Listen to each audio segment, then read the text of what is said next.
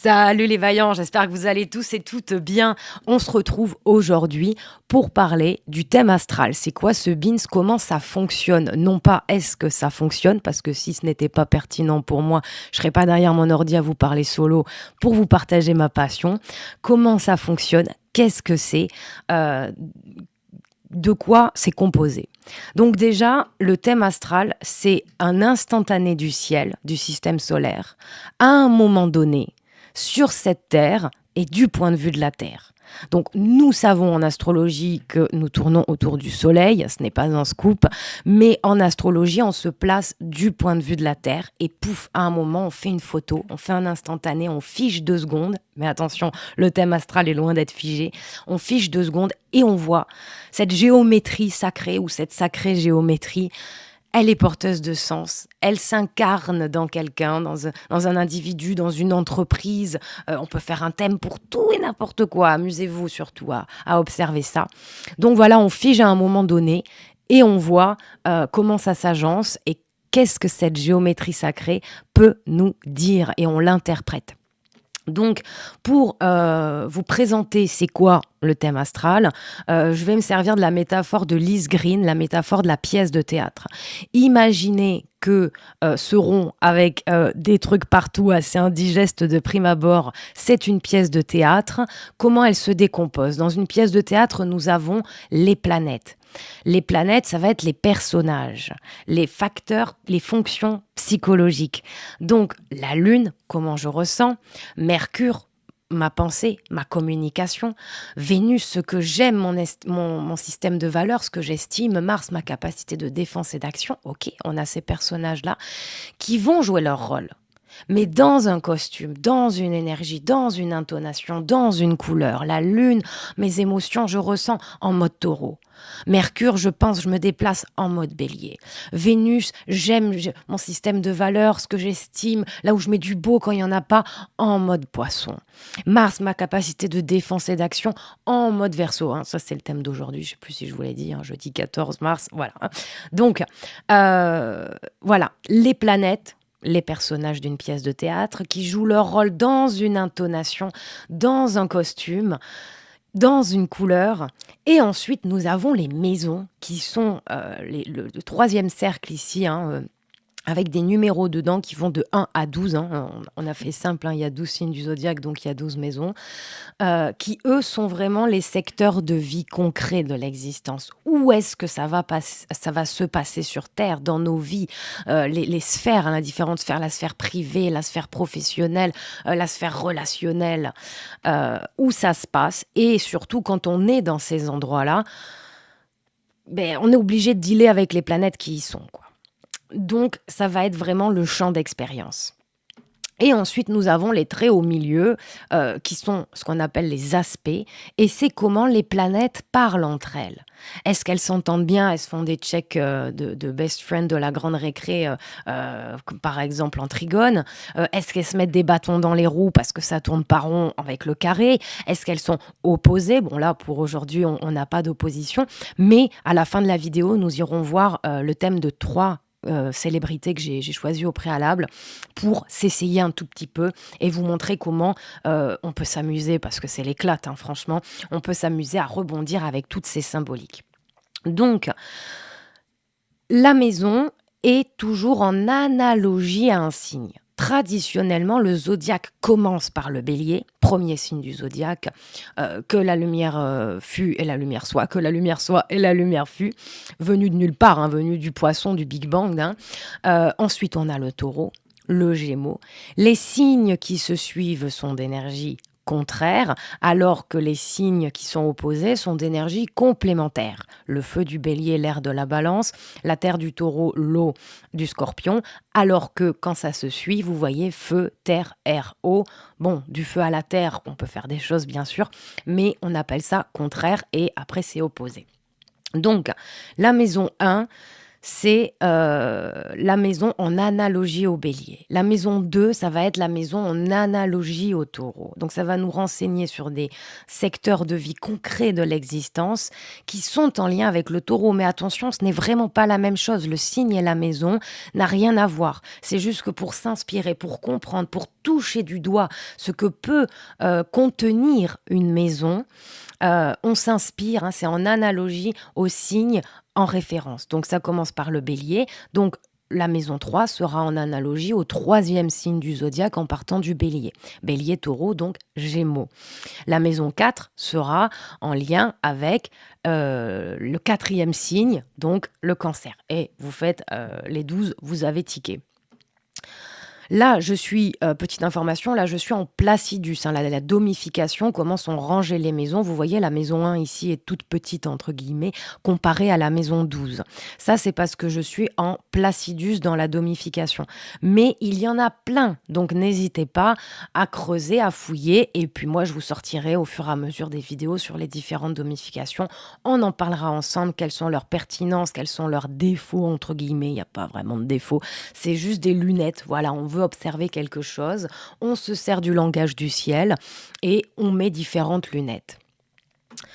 Donc, un petit zoom quand même sur les signes, donc qui vont représenter les énergies qui sont énormément reliées à l'inconscient collectif. Et c'est pour ça que vous voyez qu'on a des glyphes avec les signes du zodiaque, on a des glyphes aussi avec les planètes. Mais les maisons, c'est des numéros.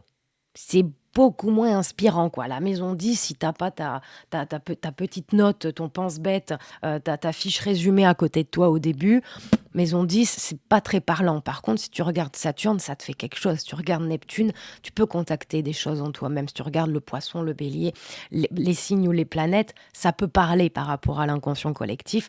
C'est vrai que la maison, faut pas hésiter à se faire des fiches résumées. Moi, je le dis aux élèves à chaque fois lors du premier cours, c'est pas grave si vous savez pas par cœur c'est quoi la maison 11, c'est quoi la maison 6. Vous avez vos fiches résumées. Comme je leur dis souvent, faites toujours des fiches, mais n'allez pas faire 12 fiches résumées, faites-en 6, dans le sens où la maison 1, c'est quoi par rapport à la maison 7, le bélier, c'est quoi par rapport à la balance, et là, on va plus loin. Là, on se rend compte que les opposés sont complémentaires, que ce sont les deux faces d'une même pièce, qu'on n'est pas juste éclaté du cerveau dans tous les sens, et ça a ni queue ni tête. On y met beaucoup plus de liés, si je puis dire, d'harmonie dans une lecture quand vraiment on alchimise les opposés. Donc, ces signes vont tisser la toile de fond de l'atmosphère psychique de la personne. C'est là aussi où on peut voir si on a une dominance terre. Ah oui, quelqu'un qui a vraiment plein de planètes en taureau, en capricorne et en vierge, il va pas vraiment être pareil que quelqu'un qui a plein de planètes en cancer, en poisson et en scorpion. Donc ça va vraiment donner une atmosphère, une couleur et tout en astrologie s'interprète sur plusieurs strates à différents niveaux. C'est pour ça que on n'aura jamais deux taureaux pareils, même s'il y a une toile de fond, bien sûr, qui les réunit. Il y a toujours 3 niveaux de lecture. On pourrait le subdiviser, bien sûr, encore sûrement. Il y a le niveau socio-culturel, individuel et transpersonnel. Donc, en fonction de l'analyse de l'astrologue ou vous, quand vous êtes avec le thème de quelqu'un ou sur votre propre thème, il y a différents niveaux de conscience pour un placement. Donc, à nous, voilà, c'est là où j'ai adhéré à l'astrologie, parce que ceux qui me connaissent depuis longtemps, vous le savez, j'ai voulu dézinguer cette discipline. Hein, je sortais de psycho et dans ma grande humilité qui me manquait, je voulais être celle qui allait trouver la faille, en fait, de cette discipline. Et je voulais lui marave la gueule. Et c'est elle qui m'a marave la gueule en me prenant dans ses bras. Donc, aujourd'hui, je me fais, juste une humble traductrice et une étudiante assidue de sa divine sagesse. Donc, différents niveaux, et donc, qu'est-ce qu'on fout de notre thème ? On n'est pas obligé de vivre complètement notre thème. Passer d'une planète à l'autre demande certaines étapes, certaines compréhensions, et comme je vous le disais au début, le thème n'est pas figé. Les planètes ont continué à tourner après votre naissance. Donc, il y a des choses qui se passent, qu'on appelle les transits, hein. Là, aujourd'hui, par exemple, on a le soleil à 24 degrés 17 des poissons. Où est le 24 24e degré 17 des poissons dans votre thème. Ça réveille une maison, bingo, paf, on peut voir un secteur de vie concret qui s'illumine par la lumière de la conscience. Mars en Verseau, fin Verseau. Qu'est-ce que vous avez en fin Verseau? Est-ce qu'il y a des planètes et dans quelle maison se place la fin des 30 degrés du signe du Verseau? Et là, ça vient donner du libre arbitre. Voilà, à mes yeux, on a juste la feuille de route, mais qu'est-ce qu'on en fout? Est-ce que voilà, on allume le GPS? Est-ce qu'on a envie de faire une pause pipi? Est-ce qu'on s'arrête manger un petit bout? Est-ce qu'on appuie sur la pédale à fond? C'est à nous de choisir en fonction de ce qui nous est proposé grâce à la lecture du thème astral. Et donc après les transits, les révolutions solaires, n'hésitez pas à nous rejoindre sur le Discord, on en parle très régulièrement. Et si vous souhaitez avoir une consultation ou des cours particuliers ou collectifs, je propose tout cela. N'hésitez pas à envoyer un mail ou à regarder mon site. Donc, les planètes, on a vu les signes, ça va être l'atmosphère, hein, la toile de fond. Les planètes, elles vont distribuer cette énergie de manière dynamique. Un Mars en Poisson, c'est pas pareil qu'une Vénus en Poisson. Une Lune en Bélier, c'est pas pareil qu'un Mars en Bélier. Hein. On a l'énergie Bélier. De toute façon, j'espère que vous l'avez compris, j'ai oublié de vous le dire, hein, mais on a toutes les planètes, tous les signes et toutes les maisons en nous-mêmes. Vous n'avez pas que les signes occupés par des planètes ou les maisons occupées par des planètes. Vous avez tout ça. C'est pour ça que quand on fait un transit, eh ben, la planète peut illuminer un coin de votre ciel où vous n'avez rien au natal. Ça ne veut pas dire que vous foutez rien ce mois-là et que l'univers s'en fout de votre tronche ce mois-là, on est bien d'accord. Donc, les planètes vont distribuer de manière dynamique l'énergie, le signe, là où elle se place aussi en maison, dans le thème. Et elles vont aussi être reliées au signe qu'elles gouvernent. Donc, voyez par exemple, aujourd'hui, on a une lune en taureau, conjoint Uranus, assez exact à l'heure où j'enregistre cette vidéo. C'est marrant, Uranus, c'est les réseaux, l'électronique, le partage, etc. Donc, c'est rigolo, puis c'est une planète importante dans mon thème, donc c'est marrant. Donc, Lune conjoint Uranus, donc en taureau, mais où est Vénus? C'est toujours ça qu'on se dit au bout d'un moment. Ça suffit pas de dire « Ah oui, alors t'as la Lune en taureau, alors t'es tranquille et t'aimes toucher les gens. » Où est ta Vénus? Imaginez une lune en taureau avec une Vénus en scorpion à l'opposé. Bam, ça fait tout autre chose. Imaginez une lune en taureau avec une Vénus en vierge, le soin, la guérison par le toucher, la poterie, j'en sais rien, ça rajoute quelque chose, vous voyez. Faut toujours aller voir ce qu'il y a dans un signe. Et la planète qui gouverne ce signe, où est-ce qu'elle est, qu'est-ce qu'elle fout et comment elle s'entend avec cet endroit-là. Mercure, l'intellect en bélier. Ok, mais où est Mars? Waouh, en Verseau. Alors, sachant que le Verseau est gouverné par Uranus et qu'Uranus est l'octave supérieure de Mercure, on a un sacré truc au niveau mental qui est en train d'être fait. Et d'ailleurs, j'ai l'impression... ouais, c'est ça, il y a un semi-carré entre Mercure et Mars. C'est rigolo qu'en plus, ils se parlent en aspect.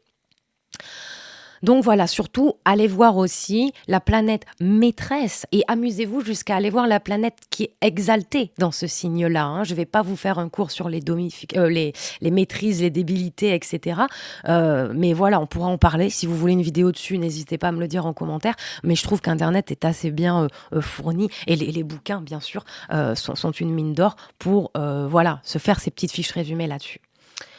Donc, il y a ces acteurs qui sont les planètes, qui vont être des vortex d'énergie et qui vont s'exprimer à travers le signe, la couleur. Donc, il existe deux grandes manières de vivre son thème. Hein. Soit on se laisse utiliser par lui, on vit au gré des circonstances. Dans ce cas, dans le thème, ça va être plutôt les planètes qui vont être impactantes pour l'individu. Les planètes dans les signes, alors que quand on creuse un petit peu en consultation, quand ensuite on va voir la planète en maison, waouh, ça y est, on a notre lunette, on a rajouté une petite loupe, et là, la personne souvent est beaucoup plus touchée par la planète en maison qu'en signe. L'autre façon de vivre son thème, c'est d'apprendre à utiliser son thème. Et pas de se faire avoir par lui bêtement avec des œillères, c'est trop dommage. Donc, c'est-à-dire lui porter une attention consciente en utilisant les planètes dans les maisons. Et là, moi, je trouve que c'est là que vient cette idée de libre arbitre. C'est, par exemple, Ah, on a Vénus en Poisson, c'est bien pour l'art, c'est bien pour se faire avoir, c'est bien pour aimer son prochain, étendre l'autre joue. Je caricature et j'exagère, hein, là. Pour moi, l'astrologie, on part toujours de la caricature pour aller vers l'essentiel. Donc, ok, Vénus en Poisson, sauf que ça tombe dans votre maison 7. Bam, dans le couple. Ça tombe au travail, bam, si t'as un patron au-dessus de la tronche. Donc d'un coup, tu sais, t'es beaucoup plus maître et tu comprends beaucoup plus où ça se passe et donc où tu dois mettre ta vigilance, où tu dois mettre ta conscience, non pas pour se protéger. Attention, hein, venez pas me dire, oh là là, quand c'est que ça ira mieux, oh là là, j'aime pas Mercure rétrograde. L'univers, il nous propose pas des choses pour nous faire chier ou nous rendre teubés, mais pour comprendre que là, il y a quelque chose à vivre. Imaginez, j'ai eu l'exemple il n'y a pas longtemps en consultation, une personne qui avait un Mars en maison 7 au natal et en transit, Mars était dans sa maison 1. Donc elle avait une opposition de son Mars natal avec le Mars en transit. Dans l'axe 1-7, l'axe de l'affirmation de soi, du jeu au nous, du bélier à la balance, du moi à l'autre. Eh ben, elle s'en prenait plein la gueule. Ou alors, elle se mettait à s'énerver sur des gens qu'elle connaissait même pas parce qu'elle était impatiente dans la queue ou en voiture, tu vois.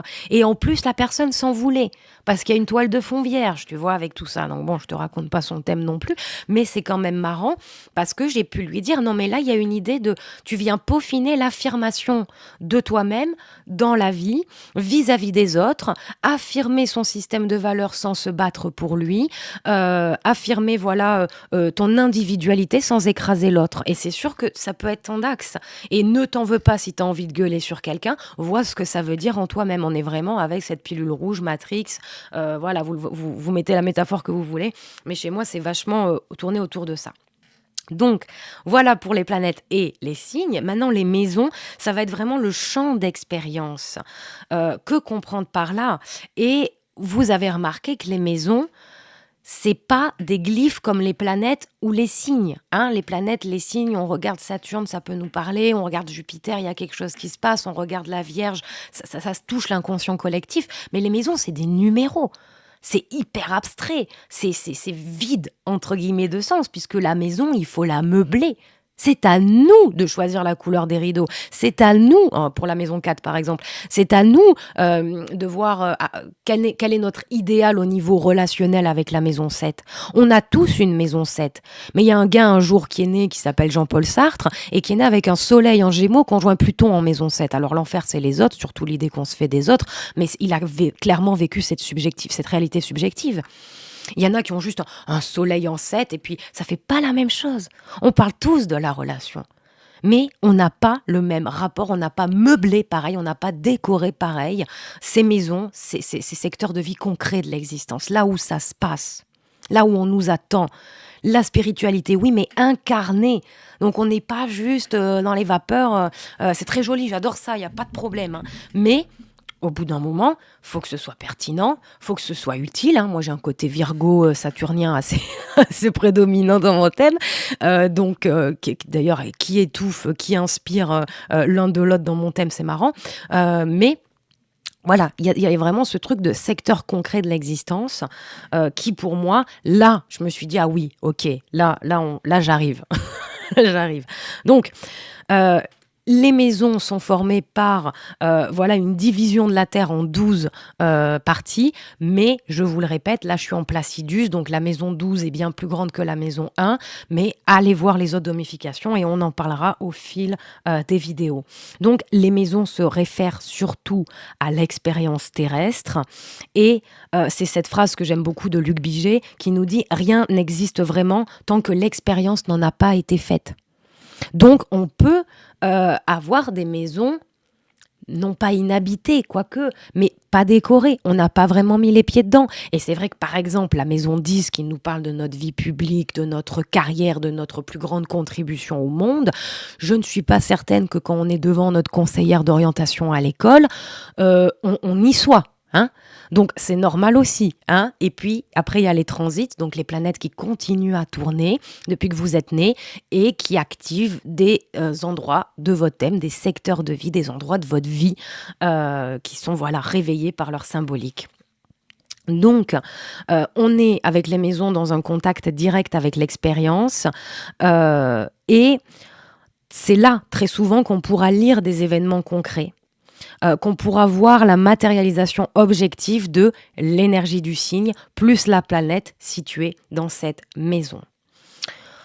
Donc voilà, je pense que pour un petit début, c'est pas mal. Je vais juste, avec tout- toute mon admiration pour ce grand monsieur qui est André Barbeau, je vais juste vous lire, je l'ai recopié, je cite complètement ces mots. Donc André Barbeau, quand même, hein, un des plus grands astrologues. Il a édité plus de 40 ouvrages. Il a commencé l'astrologie à 14 ans. Donc il a eu plus de 75 ans d'astrologie, ce grand monsieur qui est d'une humilité. Moi, il me met le cœur à genoux, hein, quand je vois des... Bon, il n'est plus de ce monde, paix à son âme. Comme j'ai vu dans un hommage à lui il n'y a pas longtemps, faites que Saturne ne l'oublie pas. Il a commencé l'astrologie grâce à son frère. Donc en plus, il nous dit avec son humilité déconcertante qu'il n'a aucun mérite. Alors là, moi, ça me fout les larmes des gens comme ça.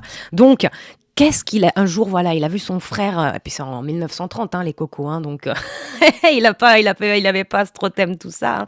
C'était très peu, il y avait très peu d'ouvrages en astrologie à cette époque-là. Et donc, voilà, il a commencé avec son frère qui créait, hein, qui montait les thèmes, hein, avec le cercle, le compas, le rapporteur, etc. Et donc, il lui a dit, mais à quoi ça sert, hein, son frère Armand Barbeau. Donc, il lui dit, mais à quoi ça sert? Et son frère lui a répondu, ça sert à comprendre quelque chose de l'individu. La carte du ciel, c'est une indication de la structure profonde de l'être humain. On peut donc lire dans cette carte du ciel des traits de caractère et même éventuellement des traits de la destinée de la personne. Voilà, tout simplement, comme il dit à la fin. Sachant que la destinée, on se l'a créée, hein. Attention, hein, c'est pas voilà, c'est juste que, mettons, on a un thème. Pareil, on parle de la caricature pour aller à l'essentiel, hein. On a un thème vachement artiste, mais vraiment inspiré. Voilà, Lune, Neptune, tout ça exalté, ça se parle bien, la personne elle a qu'une envie, c'est prendre son pinceau et y aller, quoi. Et elle est née dans une famille de comptables ou de traders ou de gens au CAC 40. Eh ben, elle a quelque chose à dépasser peut-être, hein, qu'il va y avoir des freins dus à son éducation, au milieu dans lequel elle est née, le pays, la classe sociale, ça s'interprète aussi, ça se met en lien avec l'interprétation du thème. On va pas analyser un rapport à l'argent de la même manière pour quelqu'un qui vient du côté prolétaire ou quelqu'un qui est de chez Rothschild. Hein, pour moi, c'est très important, hein, de le rajouter. Donc la destinée, on se la fait, on se la gagne, on se la crée. C'est un chuchotement de l'âme auquel on répond ou non, et il n'y a pas de problème. On est là pour apprendre, hein. La vie ne se casse pas le cul à nous incarner pour qu'on se tourne les doigts, qu'on se tourne les pouces et qu'on voilà. Il y a quand même, je trouve, un élan intérieur personnel à mettre dans sa vie, mais on se l'a créé, on n'est pas juste là à subir, ah il y a Mercure rétro, fait chier, ah j'ai ça à l'ascendant, fait chier. Qu'est-ce que t'en fais en fait? Parce que fait chier, l'univers lui il te dit bah si tu veux, quoi. Donc ça j'y tiens beaucoup, voilà. Donc maintenant on va passer à 3 petits thèmes. Je vais essayer de faire vite, ça fait déjà 23 minutes. 3 thèmes de célébrités pour justement voir comment ça fonctionne, cette histoire de la planète un signe en maison. Donc, on va commencer avec notre cher Micmac. Je vais éviter de montrer sa tête, on ne sait jamais avec les collabos que peuvent être YouTube, la censure, hein. Pluton en Verseau est là. Bon, il va repartir en Capri, mais il va revenir. J'ai hâte de voir notre liberté de pensée et d'expression, comment elle va se dépatouiller. À nous, de toute façon, de la faire se dépatouiller, hein. Donc, Micmac, donc, un exemple très parlant. Voilà, je vais faire 1 ou 2 planètes par personne. On pourrait en parler des heures, hein. Faire une consultation, si vous êtes allé sur mon site, vous avez vu, ça peut être très long, hein. Donc voilà, si on veut être précis, en même temps, Vierge oblige, il y a de ça. Donc, Mars, ma capacité de défense et d'action. En Lion, hein, donc le moi-je, donc l'orgueil, donc le roi, donc en plus le mec est Sagittaire, le grand Jupitérien, feu, en Trigone, bam, qu'est-ce qu'il y a? Bon, Mars est rétrograde, hein, karmiquement il est censé faire gaffe à ça, mais où ça se passe? Où est-ce qu'il est son Mars? Putain, il est en maison 7. La maison 7, c'est en analogie au septième signe du zodiaque en partant du bélier, c'est-à-dire la balance. La balance, donc en plus, ma capacité de défense et d'action, là où je peux piquer, en mode lion, donc avec tu vois, une aura qui peut écraser les autres. Hein. Mars avec le lion, c'est même pas qui même me suivent, c'est poussez-moi, poussez-vous, je suis là, c'est dans re, hein, poussez-moi, excusez-vous, poussez-vous, excusez-moi. Bon là, c'est poussez-vous, excusez-moi. Et en maison 7, chez les autres. Dans le couple, dans la balance, dans la maison où on est censé être en harmonie, dans la concorde et dans la conciliation. On a la planète de la discorde, entre guillemets discorde. Mars n'est pas un maléfique, hein, ça aussi, hein, s'il vous plaît. Mais Mars, c'est quand même plutôt la guerre dans la maison de la paix. Mort de rire. En plus, il a dans la maison 7. Donc, on va voir aussi où est la balance. Bingo, il y a Pluton à 16 degrés qui est sextile. Donc, en plus, c'est en accord en lui-même et il n'y a pas de problème. Et lui, il se regarde dans la glace, mais il se prend, je sais pas. Mais, il y a un truc là, tu vois. En plus, comme je t'ai dit tout à l'heure, il y a Mars en Lion. Ok, mais où est-ce qu'est le Soleil, du coup, puisque le Soleil est... Le Lion est sous maîtrise du Soleil. Paf, en Sagittaire, bon, fin Sagittaire, hein. En maison 11, hein. L'idéal, parce que c'est notre projet. Le mec, il devrait faire du théâtre. Arrête la politique, va faire du théâtre, mon gars, va faire du théâtre. Au moins, tu te prendras des gerbes de fleurs au lieu d'avoir des casseroles. La Lune, comment je ressens, hein, on le sait, Macron, il aime toucher le peuple. La Lune, c'est le peuple pour un homme politique. Et la Lune, c'est ce qu'on aime, ce qu'on ressent, comment on ressent plutôt. Donc en taureau, donc on voit qu'il aime se faire toucher. Il aime, vas-y, touche-moi, regarde, je suis gros, le grand Jupitérien. Hein, il se fait appeler le grand Jupitérien quand même, le mec. Hein. Non, mais il n'y a pas plus décevant que quelqu'un raccorde premier degré à son thème comme ça, avec tout mon respect pour lui. Ça reste une âme, ça reste un être humain. Ça peut être un peu schizophrénique pour certains de m'entendre dire ça, mais vraiment, je fais la part des choses. Hein. Il y a l'âme et il y a ce qu'on en fout. Voilà, va faire du théâtre, mon ami. Et je serai sûrement peut-être la première à venir te voir et à te dire, par contre, là, t'as pas été sympa avec le peuple. Et t'as un ego en plus qui est très compliqué à gérer. Il a un nœud nord en balance, hein, le nœud sud, d'où je viens, on va dire, il y a l'inné, le nœud sud, l'acquis, hein, ce qu'on vient apprendre avec le nœud nord. Nœud nord en balance en 8, conjoint Pluton, ou vraiment très pas loin de Pluton, quoi. Hein. Donc le gars, il a une facilité déconcertante à se sentir et à se vouloir être le premier, pour faire simple. Vraiment, je caricature. Hein. Ce n'est pas aussi profond que ce qu'on pourrait voir avec plus de profondeur dans un thème. Voilà. Donc ça, c'était pour Micmac. Ensuite, qui je vous ai mis là? Gandhi. Voilà. Hein. Gandhi, qui s'est positionné, bien sûr, dans la non-violence, et il en fallait dans la culotte. Qu'avons-nous? Un soleil en balance. Un soleil en balance en maison 12, la maison en analogie au poisson. Je suis cela et moi. Alors que la planète maîtresse des poissons ou de la maison 12, c'est Neptune. Neptune à l'opposé de son soleil. À 10 degrés d'orbe, hein. 18 degrés pour Neptune, qui est en plus en bélier, hein, donc la dissolution de l'ego, on va dire. Et le soleil en 12 nous parle aussi de cette dissolution de l'ego. Attention, il n'était pas, je ne dis pas que les balances sont comme la Suisse ou sont faibles, pas du tout. Quand on a un soleil dans un signe ascendant, le même signe, donc balance, ascendant, balance, on est automatiquement extrêmement le signe opposé, donc bélier. Et il s'est positionné dans c'est pas une guerre, mais c'est un combat. Hein, on peut dire ça, c'est un combat, sa vie. Ensuite, un amas planétaire en Scorpion, pas piqué des vers, notamment Vénus, Mars, Mercure en Scorpion en maison 1. Une résilience, un résistant en plus, voyez, opposé à Pluton. Pluton est le maître du Scorpion. Donc quand on a Vénus en Scorpion, Mars en Scorpion, opposé Pluton, ça en rajoute.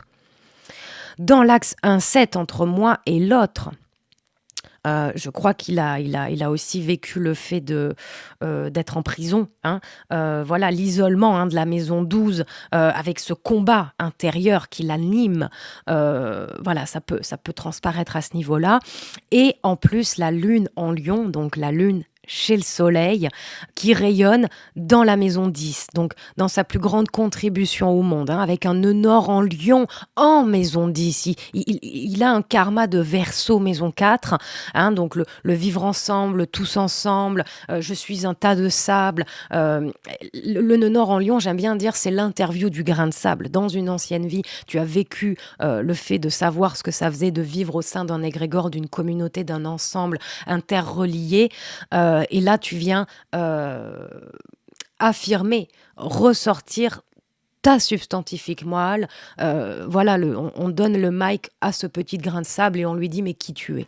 Donc en plus avec la lune, la popularité, donc oui bien sûr il a été vu, hein, lune en Lion, hein, la lune chez le soleil, il a été vu, reconnu. Je parle pas de voilà qu'est-ce que ça pourrait dire sur sa mère, etc. On n'est pas là-dessus.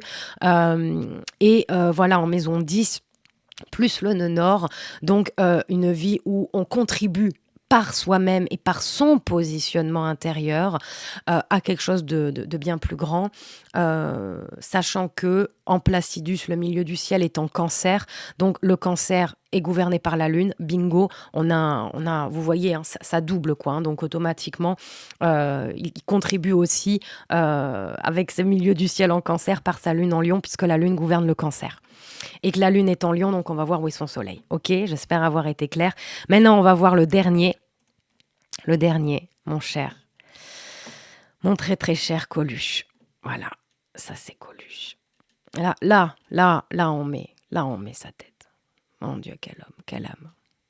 Alors, notre cher Coluche, qui manque, mais qui a 2 siècles d'avance, comme la plupart des Uraniens. Uranus en maison 1 crée une dominance uranienne, hein. Voilà, on a 2 siècles d'avance, on se fait marginaliser, on se fait mettre de côté, on se fait traiter de complotiste, alors qu'après, on a du bon sens en germe, hein, pour quand on maîtrise, hein, et qu'on développe cette faculté, parce que les trans saturniennes, hein, donc Uranus, Neptune et Pluton, nous demandent un certain effort, hein. Il y a un ordre des planètes qui n'est pas à ignorer, il y a des étapes qui ne sont pas à bousculer, à brouiller, j'ai plus le mot, vous voyez, hein, donc il faut faire attention de bien faire les choses. On ne saute pas du coq à l'âne. Donc, bien entendu, un soleil en Scorpion, ascendant Taureau.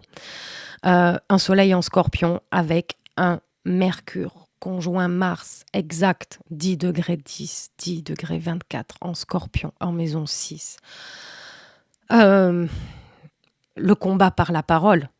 La vulgarité, oui, d'accord, Mercure en Scorpion, tu rajoutes en plus du Mars, on aime dire des gros mots, mais c'est hyper sensible, c'est hyper inspiré, c'est le combat par les mots,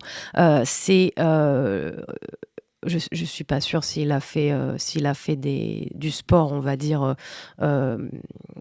pas art martial ou un truc comme ça, mais c'est vraiment, là je vois comme si on tapait dans un truc de boxe, mais c'est les mots aussi, hein, surtout la parole qui pique, la parole pertinente, la parole lucide.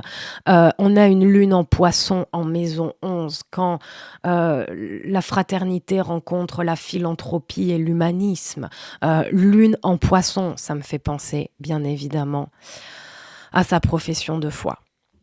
Hein, j'appelle les fainéants, les crasseux, les drogués, les alcooliques, les pédés, les femmes, les parasites, les jeunes, bref, vous la connaissez.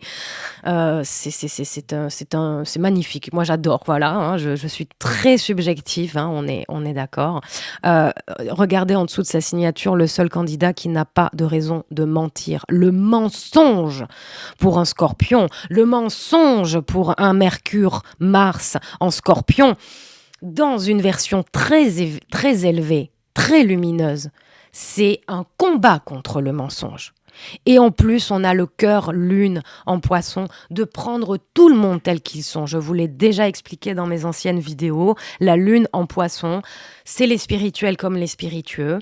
C'est le pape comme les prostituées, parce qu'on prend tout le monde tel qu'il est dans un ensemble, soit dans lequel on se perd, soit dans lequel on se retrouve, oui d'accord, mais bon, vous voyez, hein, il y a quand même une grandeur d'âme, une grandeur de cœur qui est quand même assez ouf, quoi, hein. Donc voilà, hein, ce côté, voilà, le seul candidat qui n'a pas de raison de mentir, hein. On voit ce côté très Scorpion. En maison 6 aussi, la maison de la Vierge, là où on se sent utile, bon, ça peut nous parler de la santé aussi. Je vois qu'il a Neptune et Lilith, sachant que Lilith est bien plus complexe. Elle n'est pas juste dans un signe et une maison et c'est tout. Elle invite une croix.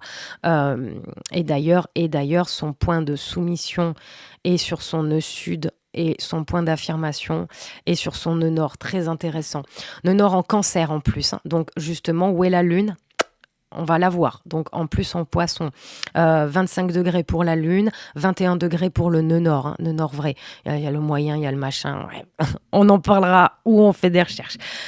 Donc voilà, en plus Saturne en 3, en Cancer, par rapport à la famille, hein, ça n'a pas dû être facile. Le Pluton en maison 4, en lien au Cancer et à la Lune, pareil, ça n'a pas dû être facile, mais il a, je pense, vraiment pris voilà, ces énergies pour en faire quelque chose au lieu de les subir. Et ce que j'aime beaucoup aussi, que j'avais pas vu, c'est cette opposition Vénus-Uranus, donc l'amour, mon système de valeurs, Uranus, l'avant-gardisme, cet être humain qui déploie ses ailes, cette liberté, ce vivre ensemble fraternel relié au Verseau. Et quand on a Vénus en 7, on dit qu'on est plutôt avantagé parce que Vénus est chez elle en maison 7 en lien avec la balance. Mais je crois qu'il y avait... Oh, il y a quel autre grand homme qui avait ça ? Oh, je sais plus, j'ai un trou, pardonnez-moi. Mais en gros, Vénus en 7, c'est à l'opposé de la maison 1. Et c'est en affirmant son système de valeurs, mais vraiment sans vouloir plaire aux autres, sans vouloir le consensus. Et le consensus, c'est les antipodes d'Uranus, justement, hein. Donc, s'affirmer lui-même. Bon, déjà, le Scorpion, ça l'a aidé. À l'opposé du consensus, Vénus-Uranus, plus le fait que Vénus soit en 7, c'est là qu'il est aimé, c'est là qu'il est apprécié, c'est là qu'il est suivi, c'est là que le leader naît.